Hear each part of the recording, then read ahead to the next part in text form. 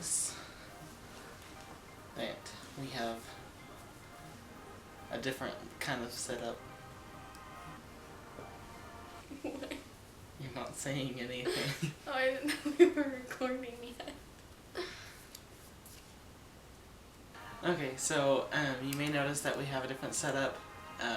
They moved furniture, and I say they because it's Tessy's house, or Titsy's house. Yee. That's a polite reaction. We have a special guest today, and the reason for today's video is because something happened. And Tessy, do you want to kind of just take over for the rest of the video? Wait, you want to do a story first? It's story time. I don't really have anything. It's story time. Nothing happened to me last night. Oh, okay. Okay, so those of you that are that are subscribed to my personal channel may or may not have watched all my videos or any of all of my recent ones. But I mentioned that I go out to Worth Ranch every summer, which is like a Boy Scout camp in Palo Pinto area of Texas, Palo Pinto County. I've been going out there for probably a total of 7 or 8 years now.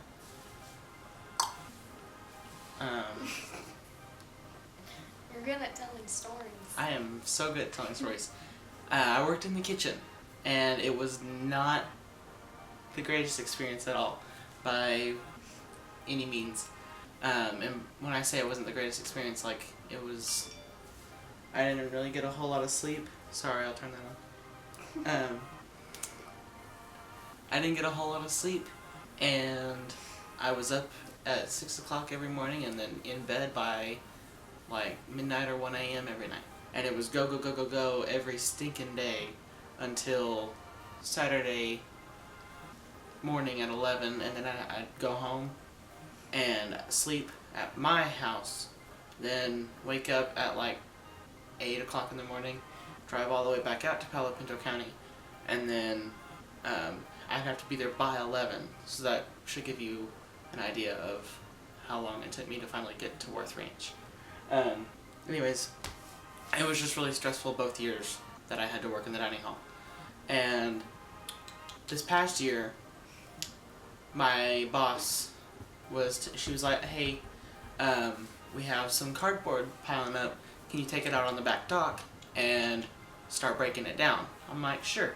So I get my heavy duty multi-tool, and it weighs 10 pounds. It's pretty heavy. And I have it, there's a big stack of bread boxes, and the bread boxes that we get are this big. Well, they were stacked on, I know it's stupid, they were stacked on top of boxes that were smaller, so you never see pyramids built with the small corner on the bottom, because they'll tip over. Well, that's basically what happened. But it didn't happen until I put my open pocket knife on the stack of boxes. So I'm sitting there cutting the box open, breaking it down. I'm like, okay, I don't need this anymore, just for a second. So I set it on the stack of bread boxes, on the corner that's not supported by any boxes underneath. It falls, this 10-pound pocket knife falls blade first into my pinky toe, cuts straight through my shoe and my sock. I'm like, ow. Meanwhile, my friend, who is also in my scout troop and goes to my church, he is getting service hours done, and he's on the other end of the back dock. And he's like, hey, are you okay? And I'm like, I think so. I don't know why it hurt that much, but, well, I mean, I do, but at the moment, I was like, what the heck is going on? I was literally out of breath. So I take my shoe off, and I take my sock off, and my little toe on my right foot is just gushing out blood. So I'm like, and my friend Adam, who is on the other end of the dock, he's like, oh my gosh. So I Meanwhile, I was right by the back door to the kitchen. So I stood outside so I wasn't contaminating any area of the kitchen. And I poked my head in and I said, "Hey Terry," which is one of the cooks. I said, "Hey Terry, can I get your help out here?" And he goes, "What's wrong?" I said, "I kind of cut my foot open." He's like, "What?" And he comes out there, he sees it, and I'm like, it's nothing. Because at this point it had stopped gushing and it was just kind of sort of bleeding. And so he comes out there, and he's like, "No, we need to get you to the nurse's station," which was on the other side of camp, kind of. We have an upper level and a bottom level.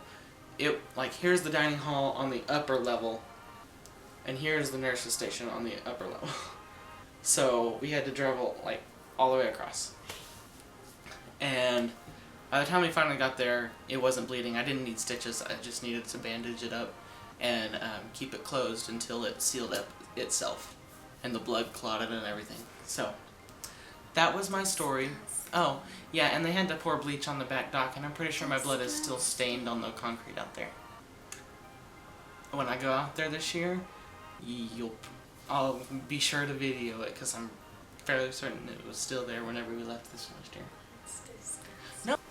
So, I told my story about being dangerous, living like Larry, on accident. My Titsy, story is longer. Tell your because story. My story happened yesterday, which isn't yesterday to you guys, but it was, what was it? February 29th. So leap day, or on leap years. It's pretty weird. At school yesterday. You tell them about Tori. Yeah. My little sister was like, "I want to do something reckless or dangerous." And I was like, "Okay, let's go bungee jumping." She goes, "No, we could die." I was like, "What is dangerous to you? Walking through an anthill?" And she goes, "No. Getting chased by the police, duh." And I was like, "You're dumb. I've been chased by a truancy officer, and you don't want to do that," although I got away. Oh, that's good to put on YouTube. I did. I got away. I did. I ran from the cops and got away. I did. They'll never find me.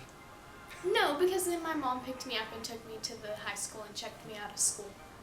Because it was a truancy officer. So it was through the school. So I never got caught or in trouble for it. My friends never got caught though. But anyway, and then we just kind of dropped the conversation. She was telling everyone all day that she wanted to go do something reckless or dangerous. Well then, on the way home, at 3:45 exactly, we were stopped at the stop sign right next to my house. Literally 2 houses away. No, I think it's 3. Yeah, it's 3. And we sat at that stop sign for a good, it felt like 5 minutes. My sister was at the house in her car watching. She said we were there for 2 minutes exact. Just sitting there, because there's a school that's right down the street, and since I teach first grade, those kids are like family, so I don't want to ever injure a kid or like accidentally pull out when a kid's over there. So I wait forever just to make sure the coast is clear. Well, I was looking both ways. I thought it was clear, but there was a car right next to me parked illegally at this stop sign to where it was like obstructing my view and I couldn't really see. And they park there every day, and I've been able to kind of work around it and be fine. But today, yesterday, I went, and I thought it was clear, and next thing you know, they hit on my sister's side, and we were up on a curb, on top of a stop sign. And he said he didn't see us, we didn't see him. Next thing you knew, we got hit twice because he tried to dodge us, hit our car, spun around and hit it again. So we got impacted twice. And we had to get taken to the hospital and checked out, and I got a really cute paramedic guy. He was really cute. We had to put my IV in and stuff. It was pretty cool. But now, I'm in so much pain. Like, it hurts to laugh because my back is killing me. But they put me on a bunch of drugs that was like couldn't feel anything. It felt amazing. And then they sent me home with these 2 prescriptions that don't do crap. They're like, oh, it'll help with pain. It'll relax your muscles. It doesn't do crap. So this storytime video is how Tessy got addicted to morphine. No, I'm just saying, why not send home something that actually works rather than these pills that they say you should take and they work and they don't work? Because I can't laugh, I can't bend over. Like, me sitting up like this right now, I brought him in here so that I could put my back on him, but he's in the middle of the thing, so. But yeah, we got hit by a car and it completely destroyed our car. But if I had went like 2 seconds earlier, my little sister would not be here right now, so, because it would have hit directly at her door. And my older sister watched the entire thing happen, and when I finally, we're pretty sure I blacked out, because my little sister is saying things that happened while we were in the car and it happened that I can't remember, but I can remember the beginning portion of what she says and the ending portion. Because eventually I remember coming to and slamming on the brake and throwing the car into park once it stopped moving. But that's all I can remember, other than turning and seeing my older sister sprint towards the car, freaking out, and my sister sitting there staring at me because she just hit her head on the window. And it was terrifying. And they had to pry my door open. They couldn't get me out of the car because my door was slammed shut, and I destroyed underneath the steering wheel with my knees. They thought that I broke my knees. It was bad. And now I'm just in a bunch of pain. Yesterday I was loopy. Today I'm just in pain. Yeah, that's my story time. Of how you got addicted to morphine. No, I'm not even addicted because they only gave it to me once. But you need some more, so therefore you're addicted.